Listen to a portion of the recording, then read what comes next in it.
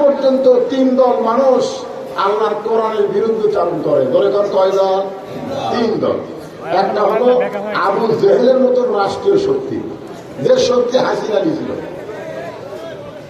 আবু জেহেলের মতন রাষ্ট্রীয় শক্তি, তারা কোনদিন চাবে না কোরআনকে বাংলাদেশ চলুক। দুই নম্বর হলো তারা পুঁজিপতি সুদ ভিত্তিক ব্যবসা করে, তারা কোনদিন চাবে না কোরআনকে রাষ্ট্র চলুক, কারণ যাকাত ভিত্তিক অর্থনীতি হবে। ধরে কারণ ঠিক কিনা? আর তিন নম্বর হলো ধর্ম নিয়ে যারা ব্যবসা করে। ধরে কারণ কি নিয়ে? ধর্ম নিয়ে যারা ব্যবসা করে, তারা কখনোই চাবে না আল্লাহর কোরআন দিয়ে বাংলাদেশ চলুক। এই বাবার দলে না হলো ধর্ম নিয়ে ব্যবসা। ধরে কারণ কথা ঠিক কিনা? আল্লাহ বলে নুহু বুড়িটার খবর কি? নুহু বলতেছে আল্লাহ আমার মনি নেই, দুনিয়া যখন ধ্বংস হয়ে গেছে তাহলে বুড়িটাও ধ্বংস হয়ে গেল। আল্লাহ বলে নুহুরে আজ তুমি কোনো কথা বলা যাবে না, কথা বলতে গেলে তদন্ত করে কথা বলা লাগবে। ধরে কারণ ঠিক কিনা? আপনারা বলেন তো আমির হামজা আসবে কি আসবে না? কথা পায় না? আসবে আসবে তদন্ত করেন। এখনকার সেই যুগ আছে কেন ভাই? এখন বক্তা কোন জায়গা তস করতেছে ভিডিওর মাধ্যমে সব দেখা যাচ্ছে। ধরে কারণ ঠিক কিনা? আমি এখন কোন জায়গায় লাইভ এটা দেখতেছে। আমি হামদা না আসে কোন জায়গায় থাকি পারবি? হ্যাঁ, আস তদন্ত করে কথা বলা লাগবে। আজগুবি কথা বলা যাবে না। আল্লাহ তুমি কোনো কথা বলো না, তদন্ত করে দেখো বুড়িটার খবর কি। নূহ নবী তদন্ত করতে গিয়ে দেখে বুড়ি তো দূরের কথা, বুড়ির ঝুপড়ি বাড়ি পর্যন্ত কিছুই হয়নি। এই কথা শোনার পরও সুবহানাল্লাহ কথা আসতেছে না। ভারত ভয় দেখাইছে আতঙ্ক বোমা। করে কারণ কি বোমা? যে বাংলাদেশের গরিব দেশ, ভালো কোনো অস্ত্র বাংলাদেশের নাই। ভারত যদি যুদ্ধ লাগে বাংলাদেশ 5 মিনিট টিকবে না। একটা ফাটকাবাদী সাংবাদিক আছে, ধরে কারণ কথা ঠিক ছিল, আজকে সে খবর দিল বাংলাদেশ 5 মিনিট টিকবে না। পাকিস্তান থেকে বলতেছে বাংলাদেশ যদি চায় তাহলে আমরা বাংলাদেশকে পারমাণবিক বোমা সাপ্লাই দিব। আমরা বলতেছি আমরা পাকিস্তানের দিকে তাকায় নাই, আমরা আমেরিকার দিকে তাকায় নাই, আমরা তাকায় আছি আমার আল্লাহর দিকে। ঠিক কিনা? মুসলমান কোন দিকে তাকায় থাকলাম নাই। হাসিনা তাকায় ছিল ভারতের দিকে, বিএনপি তাকায় থাকে আমেরিকার দিকে, লাভ নাই। আল্লাহ কোরআনে বলেন ইন্নামাল মুমিনুনা আল্লাযীনা ইযা যুকিরাল্লাহু ওয়াসিলাত কুলুবুহুম ইযা যুকিরাল্লাহ ফাযকুরুনি আযকুরকুম। এই আয়াতের সামনে এই আয়াতটা ইযা যুকিরাল্লাহু ওয়াসিলাত কুলুবুহুম ওয়া ইযা তুলিয়াত আলাইহিম আয়াতুহু জাদাতুহুম ঈমানা ওয়া আলা রাব্বিহিম ইয়াতাওয়াক্কালুন। অ্যাটম বোমাকে মিষ্টি তরমুজ বানাবার পারবে কে? আরো ধরে কম না পারবে না। ওরা অ্যাটম বোম মারবে, আমাদের বাংলাদেশের মাটি করে মিষ্টি তরমুজ। আল্লাহ যদি কয় অ্যাটম ফুটিস না রে, আল্লাহ যেমন বলেছেন নমরুদের আগুনের চুলাকে জ্বলিস না রে, ইব্রাহিমের জন্য শান্তি দাঁড়িয়ে হয়ে যা। আপনার এখন হয়েছে হয়নি? আল্লাহ কি সেটাই আছে না পরিবর্তন হবে? তাহলে কেন অ্যাটমের দিকে আমরা তাকাবো? আমরা তাকায় থাকবো তার দিকে? বুড়ির বাড়ি, বুড়ি তো দূরের কথা, বুড়ির বাড়ি পর্যন্ত কিছু হয় নাই। সঙ্গে সঙ্গে নবী চিৎকার দিলেন বুড়ি মা। বুড়ি টোপ বানিয়ে হাজির। যেরকম কি নিয়ে হাজির? নূহ বলতেছে বুড়ি মা টোপলা কেন? বলে সাইজ হয়ে বসে আছি, কারণ যে কোনো সময় ডাক করবে, যে কোনো সময়। সাইজ সাইজ বোঝেন আপনারা? আমাদের কিন্তু যে কোনো সময় ডাক করবে। কিসের ডাক? ডাক দিহিয়াছেন, তবে গান্ধারি গুণা হবে না। ডাক দিহিয়াছেন দয়াল আমারে, রইব না আর বেশি দিন তোদের মাঝারে। চলতে পথে 2 দিন থামিলাম, যাবার কালে একজন আরো দেখা না পাইলাম। ও আমার সাদের মালা যায় রে ছিঁড়ে, রইব না বেশি দিন তোদের মাজা। কখন রাগ করবে? মশাল মারতেছেন, মশাল মারতেছেন, অমুক বক্তা আসে না কেন? আপনি যাবার পারবেন কিনা তার কোনো গ্যারান্টি নাই। ধরে কোন কথা ঠিক কিনা? ভাই কোন সময় যাওয়া লাগবে, তৈরি হয়ে থাকতে হবে। এই জন্য দশরের মধ্যে বলেছেন, কিন্তু যেদিন ডাক পড়িবে, কিন্তু যেদিন ডাক পড়িবে কবর মাঝে যাইতে, জোগাড় কিছু করছো বন্ধু তার মাঝে বিছাইতে। যে কোনো সময় আমাদের ডাক পড়বে, দরকার ঠিক কিনা? এই জন্য আল্লাহ বলেছেন, লা তামুতুন্না ইল্লা ওয়া আনতুম মুসলিমুন। মুসলমান না হয়ে তোমরা মরিও না। মুসলমান হয়ে যদি মরতে চাই তাহলে মনোযোগ দিয়ে শোনেন। যে নূহ নবী ডাক দিয়েছে বুড়িমা টোপলা নিয়ে হাজির। নূহ বলতেছেন, বুড়িমা বন্যা গজব শেষ, বন্যা গজব শেষ। আমি তোমাকে হাত ধরে নৌকায় উঠাবার চাইছিলাম, কিন্তু আমার মনে নাই। এদিকে বন্যা গজবে গোটা পৃথিবী ধ্বংস হয়ে গেল। ও বুড়িমা, তুমি এমন কি আমল করেছ যে আমল করার কারণে তুমিও ভালো আছো, তোমার বাড়িরও কোনো ক্ষতি হয় নাই? বুড়ি মুসকি মুসকি হাসের বলে, বাবা নূহ, তুমি যখন আমাকে হাত ধরে নৌকায় উঠাবার চাইছিলে তখন আমি জিকির করছিলাম কার? আরো জোরে সুবহানাল্লাহ, আলহামদুলিল্লাহ, লা ইলাহা ইল্লাল্লাহ, আল্লাহু আকবার। এই চারটাই কিন্তু জিকিরের শব্দ। ধরে কার কথা ঠিক কি রে?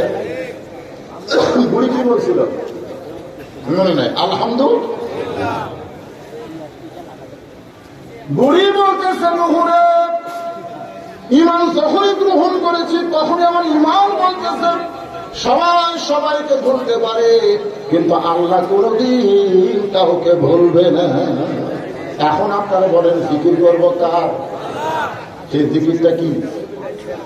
এই যে দ্বিতীয় যে আয়াত বললাম, ইন্না নাহনু নাযালনা যিকর। আল্লাহ তাআলা এই কোরআনকে জিকির হিসাবে নাযিল করছে। ধরেন কি হিসাবে? তাকান্ডে ভাই, কোরআনের ওয়াজ শুনে আবু জেহেলের মতন কোনো লাভ নেই। যদি আবু বকরের মতন বাস্তবে গ্রহণ না করা হয়, দরকার কথা ঠিক কিনা?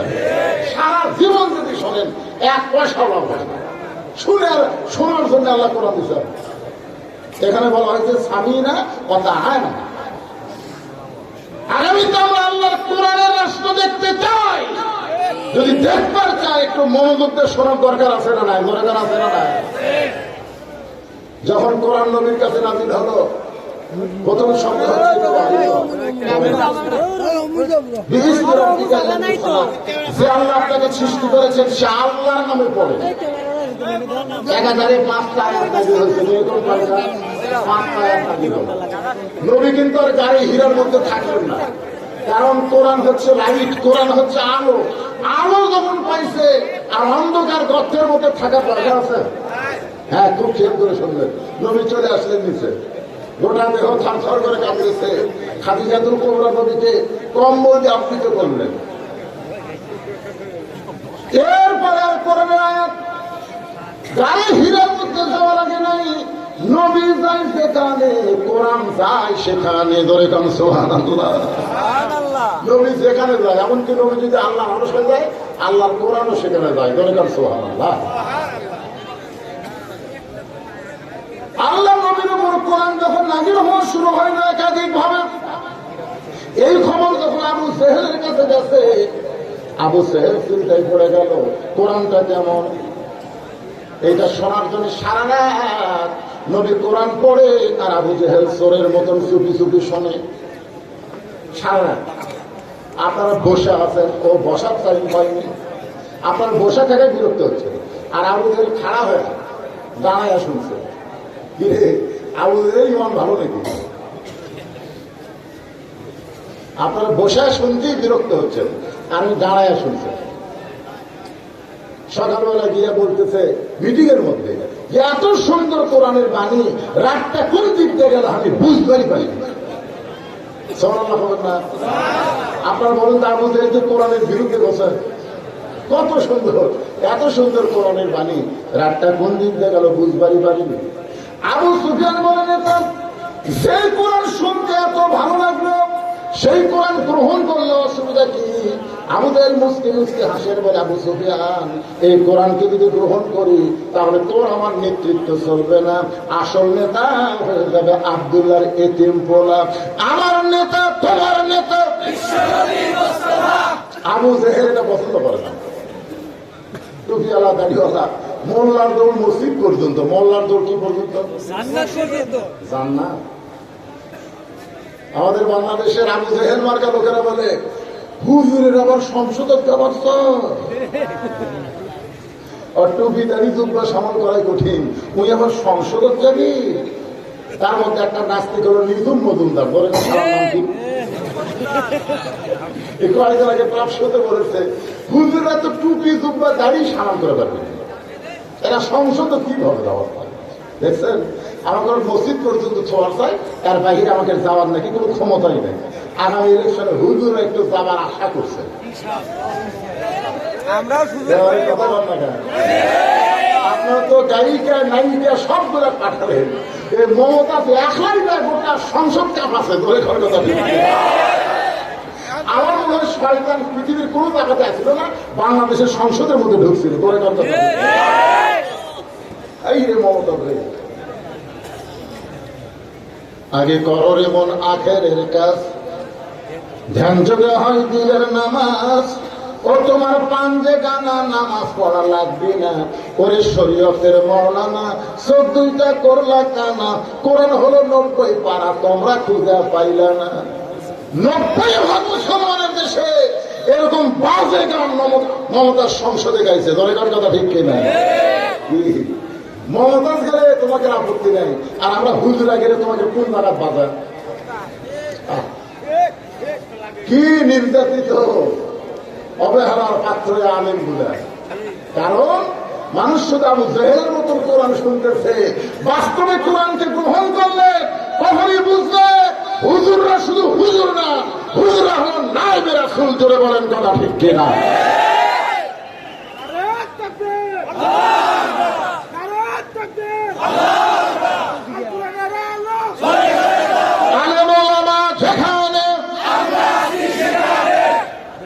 আর আলেম ওলামা যখন জেলখানায়, আমরা ছিলাম দেখাই দায় ধরে গঞ্জি দায় দায়,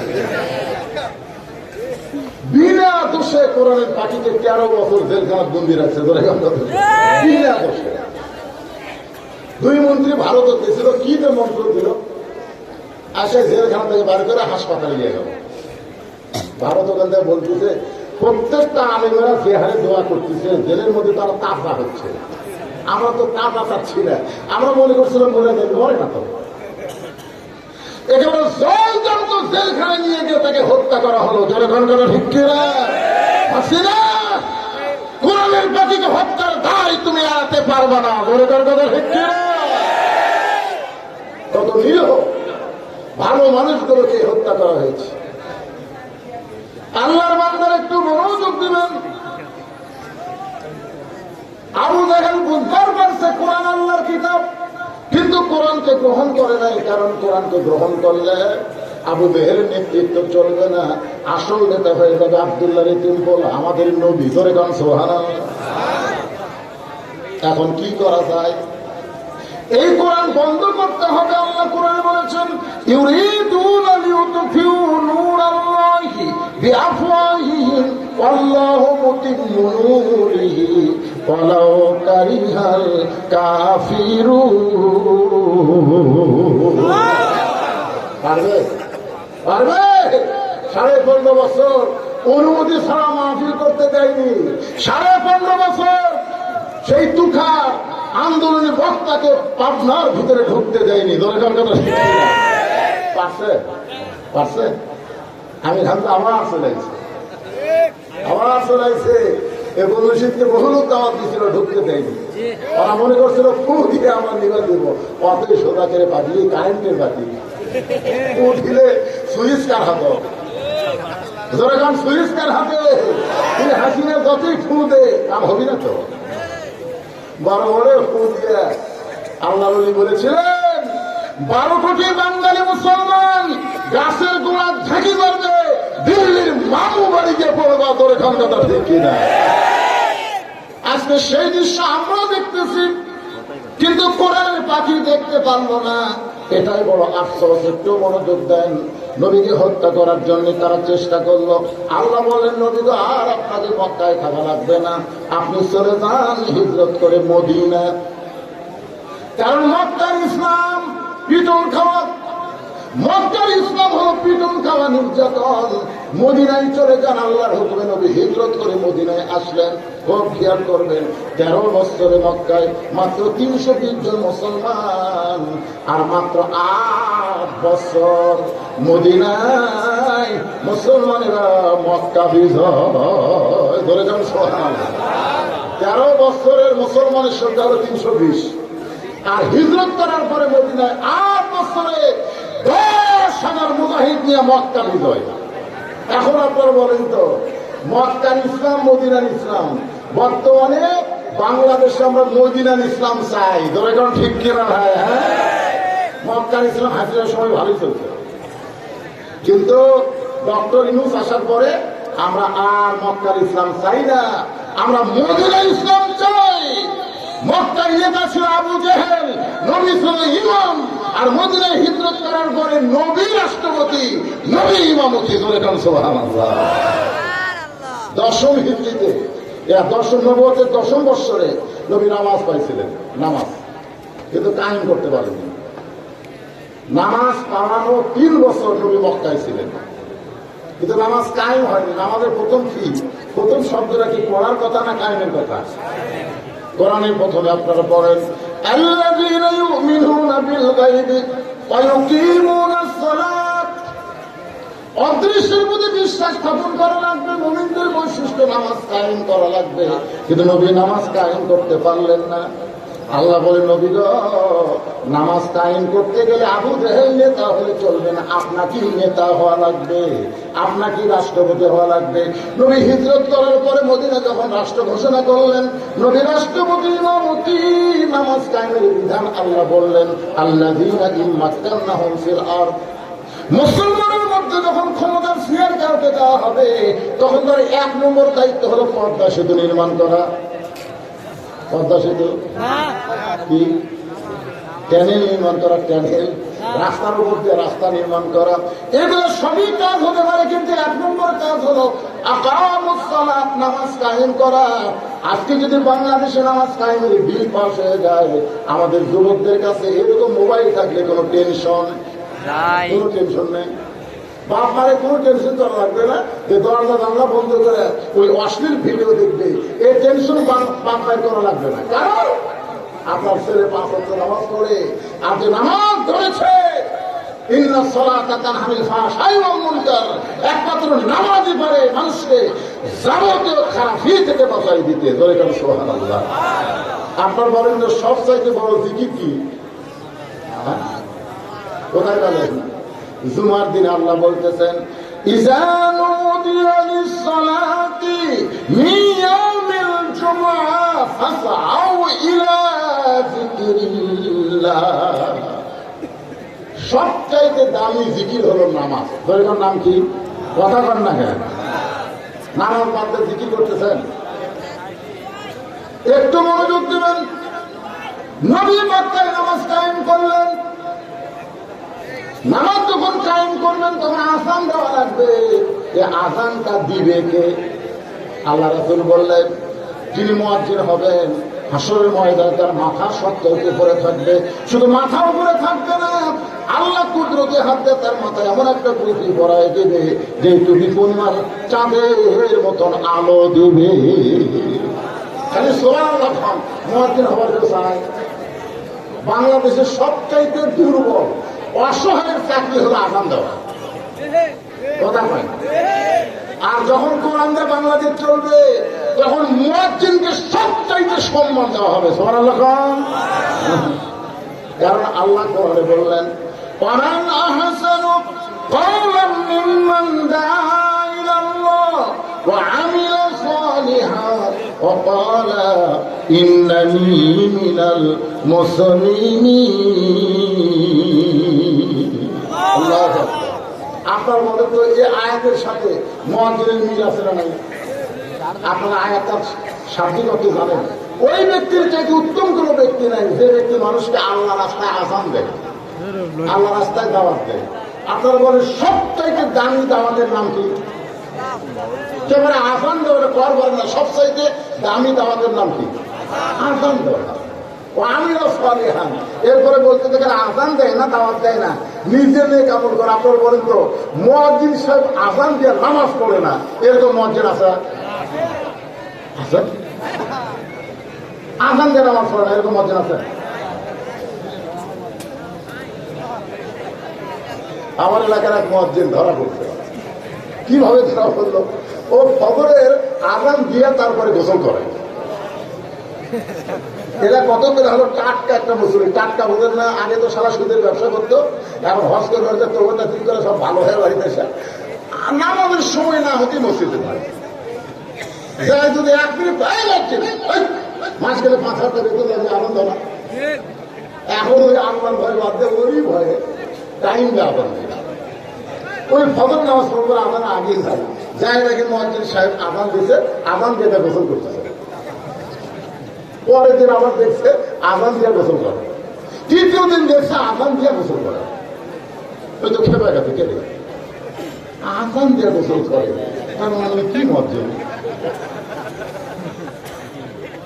যাই হোক যখন ফজর নামাজ শেষ তখন লাফতে বলতেছে জরুরি এলাম ওই ঘুরে জরুরি এলাম সমস্ত মুসলিমরা কি এলাম বলে মুয়াজ্জিন সাহেবকে আমি 3 দিন দেখছি ফজরে আযান দিয়ে তারপরে গোসল করে আপনার বলেন না অবস্থা আযান দিয়ে তারপরে গোসল করলে ওই আযানের বরকত হবে সমস্ত মুসলিমরা আমরা তো জানি না তোরা তো পরে আপনি পরে আসিস আর আমি আবার আগে আসি আপনার বলেন তো আযানের আগে মুয়াজ্জিন ছাড়া অন্য কেউ আসা চলবে যদি আপনি কিয়ামত পর্যন্ত হায়াত পান আর আযানের আগে এসে যদি মসজিদ ঢোকেন মসজিদ ঢোকার একটা সওয়াব আপনি পাবেন না কারণ আযান দেওয়ার পরে মসজিদে যে যত আগে ঢুকবে আল্লাহ তাআলা আমার নামায় তত বেশি সওয়াব দিবে দরিকান সুবহানাল্লাহ এটা আযানের আগে না পরে আযানের পরে আগে কিন্তু শুধু মুয়াজ্জিন আসবে ইল্লা মুয়াজ্জিন সবাই ধরে বলছে মুয়াজ্জিন সাহেব আপনি তো কাম করেন ফজর আযান দিয়ে গোসল করেন কমতে কেমন কথা মুয়াজ্জিন বলতেছে আমি আমার আল্লাহ ছাড়া দুনিয়ার কাউকে বলতে চাচ্ছিলাম না কিন্তু আপনার যখন জোর করে ধরছেন তাহলে শোনেন আপনার মাস গেলে আমার বেতন কত দেন মাস গেলে আপনার তো ঠকাই না মুয়াজ্জিন সাহেব 6,000 দিন আমার বাড়ির পাশে একজন কাম করে দিনে 500 পাইলে মাসে কত হয় 15,000 হয় সেটা হাত দেখা যায় 15,000 টাকা মাস কামাই করে আর আমি 5 সপ্তাহ আযান দিয়ে আমার 6,000 দেন আপনার কোন আমার সংসার করবে সব জিনিসের দাম বেড়ে গেছে সবাই বলছে তারে নিয়ে তুমি আযান দিয়ে গোসল করো এরা শুনবার চাই আপনি কি শুনাবেন আগে শোনেন আপনার বলেন 6,000 দাম সংসার চলবে এর সব কিছুর দাম বেশি এশার নামাজ পড়ার পরে আমি হাইব্রিড করে যাই আপনারা ঘুমাবার দাম আর ওই যে 3 মাথার যে গুদাম আছে ওই গুদামের আমি তুলি এশার নামাজের পরে ট্রাক থেকে লোড হয় ওই বস্তাগুলো আমি সব গুদামের মধ্যে তুলি এই বস্তা কাঁধে নিয়ে গুদামে তুলতে গিয়ে আমার গোটা গাও ঘামে গায়ের মধ্যে ময়লা পড়ে আমি পবিত্র থাকি কিন্তু শরীর ময়লা হওয়ার কারণে এই শালা বুড়ের জন্য আজ আমার আযান দিয়ে তারপরে গোসল করা লাগে কারণ 1 মিনিট দেরি হলে তার ক্ষতি হবে শুরু হবে সমস্ত মুসলিম কাম দেওয়ার পর মুয়াজ্জিন সাহেব আপনার এই কষ্ট তো আমরা চিন্তা করে দিয়েছি তাই রে আজকে মুয়াজ্জিন কি বিপদে আছে হিসাব করছেন আপনার মতো মানুষকে যদি 10,000 টাকা মাস দেওয়া হয় যেখানে ফজরের আযান দিব 5 ওয়াক্ত লাগে যেখানে ফজরের আযান দিব তাই পারবেন না কারণ দুনিয়ার সমস্ত মুসলিমকে মুয়াজ্জিন আযান দিয়ে চেতন করে কিন্তু মুয়াজ্জিনকে কে আযান দিয়ে চেতন করে একবার খেয়াল করছেন মুয়াজ্জিনের লাইন কার সাথে আরো জোরে বলেন আল্লাহ রাসূল বললেন যে মুয়াজ্জিন হবে হাসরের ময়দানে তার মধ্যে সবচেয়ে উপরে থাকবে শুধু মাথা উপরে থাকবে না আল্লাহ একটা নূরের টুপি মুয়াজ্জিনের মাথায় পরায় দিবে। আবু বকর বলে, রাসূলুল্লাহ আমি মুয়াজ্জিনের চাকরি করবার চাই। এক নম্বর সাহেব আবু বকর বলে, রাসূলুল্লাহ আমি মুয়াজ্জিন হবার চাই। আল্লাহ রাসূল বলেন, হবার চাইলে হবে না, আযানের মালিক যিনি মুয়াজ্জিনের চাকরি দিবেন তিনি। সুবহানাল্লাহ। আপনারা বলেন তো আযানের মালিককে? আরো ধরে বলেন। ওমর ফারুক বলে, রাসূলুল্লাহ আমি মুয়াজ্জিন হবার চাই। রাসূল বললেন, হবে না, আযানের মালিক যিনি চাকরি দিবেন তিনি। সমস্ত সাহাবা হবার চাই, কিন্তু রাসূল কারো নাম প্রস্তাব গ্রহণ করে না। এমন সময় লোক তাকায় দেখে মসজিদের বারান্দায়, মসজিদে কুবা সর্বোত্তম মসজিদ, ওই মসজিদে কুবার বারান্দায় কালো মানুষ হযরত বেলাল দাঁড়িয়ে আছে। আল্লাহ রাসূল বলেন, বেলাল তুমি কি মুয়াজ্জিন হওয়ার চাও? বেলাল বলে, হুজুর কি কর, আবু বকরের মতো মানুষ, ওমরের মতো মানুষ, ওসমানের মতো মানুষ, আলীর মতো মানুষ মুয়াজ্জিন হওয়ার চাইল, আর আল্লাহ তাদের চাকরি দিবে না, আর আমি বেলাল কুটি কি? আমার তো সাহস হচ্ছে না। রাসূল বলে, বেলাল তোমার সাহস নাই, কিন্তু তুমি আমার সাহস জোগাড় দিচ্ছ। তোরে কেমন সুবহানাল্লাহ। বেলাল বলে, হুজুর কেমনে? বলে, জান্নাতের মধ্যে যখন একা একা যাচ্ছিলাম, আমি চিন্তা করতেছিলাম জান্নাতে হঠাৎ এই খড়মের শব্দ, আমি যেদিকে তাকাই সেদিকে খড়মের শব্দ। খড়মের শব্দ, আমার আগে কে হাঁটতেছে? হ্যাঁ ভাই জিবরাইল, এই খড়ম পাবদা জান্নাতে কে হাঁটে? জিবরাইল বলতে, হুজুর আপনার বেলাল। আমি জান্নাতে ঢোকার আগে আমার বেলাল। জিবরাইল বলতে, হুজুর বেলাল এখনো দুনিয়াতে আছে। বেলাল দুনিয়াতে আছে, মক্কাতে আছে, কিন্তু বেলালের আমল আল্লাহর কাছে এমন পছন্দ হয়েছে, কবে বেলাল জান্নাতে আসবে তার আগে একটা ফেরেশতাকে বেলালের মতন বানায় দেওয়া জান্নাতকে একেবারে সাদর সম্ভাষণ জানায় জান্নাতের দরজা খুলেছে। জোরে গান সুবহানাল্লাহ। বেলাল আযানের মালিক যিনি, তিনি তোমাকে মুয়াজ্জিন নিযুক্ত করেছে। হযরত বেলাল আযান দেওয়া শুরু করলেন। সর্বপ্রথম যেই নামাজের আযান দেওয়া হয়েছে সেই নামাজটা হলো যোহরের নামাজ। জোরে বলেন, কিসের নামাজ? পৃথিবীতে সর্বপ্রথম আযান দেওয়া যে নামাজ শুরু হয়েছে সেই নামাজের নাম কি নামাজ? সবাই খেয়াল করে, কোন নামাজ? আরো জোরে। লাইলাতুল মিরাজে আল্লাহ যখন নবীকে 5 ওয়াক্ত নামাজ দেয়, এই যোহরের 4 রাকাত ফরজ যখন আল্লাহ নবীকে দিচ্ছেন, নবী বলতেছেন, আল্লাহ এই যোহরের 4 রাকাত ফরজ নামাজ আদায় করলে আমার উম্মতের উপর আপনি কেমন খুশি হবেন, আমার উম্মতের লাভটা কি? আল্লাহ বলে, হাবিব আপনার উপর যে কোরআন আমি নাযিল করেছি, এই কোরআনের মধ্যে একজন নবী আছেন, যেই নবীটা হলো মুসলিম মিল্লাতের জাতির পিতা, মিল্লাতা আবিকুম ইব্রাহিম ওয়া সাম্মাকুমুল মুসলিমিন। সবাই একটু মন দিয়ে শোনেন, যোহরের 4 রাকাত ফরজ নামাজ আমরা কেমনে পাইলাম? চমকের উপর আমাদের জাতির পিতা বসে আছেন, বাবা আজর রশি ধরে টানতেছেন, নিচে নমরুদের আগুনে চুলে দাও দাও করে জ্বলতেছে। বারবার নমরুদ বলতেছে, ইব্রাহিম একটা বার আগুনে পড়ার সঙ্গে সঙ্গে তুমি পড়ে ছাই হয়ে যাবে। নবী ইব্রাহিম একটা বারও আগুনের দিকে তাকায় না। হাসবি আল্লাহ নিমাল ওয়াকিল ওয়া নিমাল মাওলা ওয়া নিমান নাসীর। আপনার বলেন তো আমাদের জাতির পিতা জিকির করতেছেন কার? কথা কয় না, কার দিকে করতেছে? আগুনের দিকে তাকানোর টাইম আছে? বাবা আজর তখন রশি ধরে টানতেছে, ইব্রাহিম নবীর চোখ দিয়ে দরদর করে পানি পড়তেছে। ফেরেশতা জিবরাইল বলে, ইয়া রাসূলুল্লাহ, আল্লাহর নবী আপনার বাবা রশি ধরে টানতেছে, আপনি কাঁদতেছেন আগুনে পড়ার ভয়ে, আগুনে পড়ে যাবেন সেই চিন্তায়।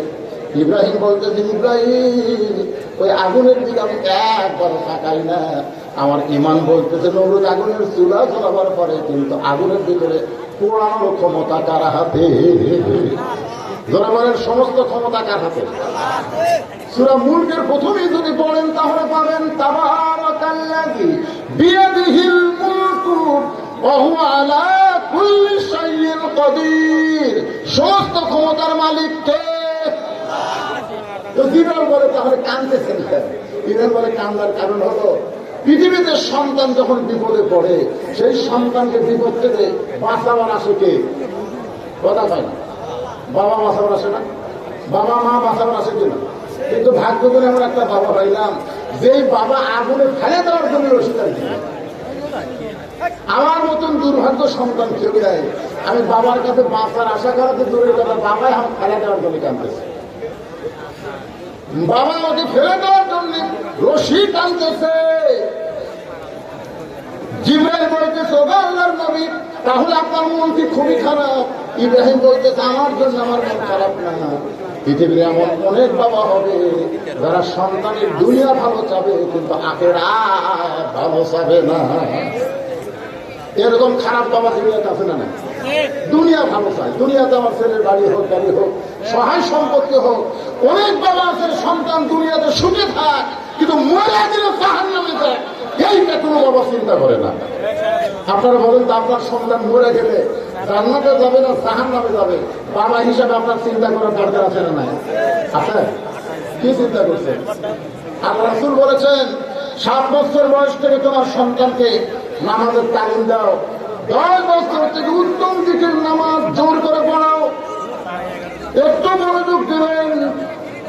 চরকে টান মারছে জাতির পিতা হযরত ইব্রাহিম, হাসবি আল্লাহ ওয়া নি'মাল ওয়াকিল ওয়া নি'মাল মাওলা নি'মান নাসির। জিকির করতেছেন কার?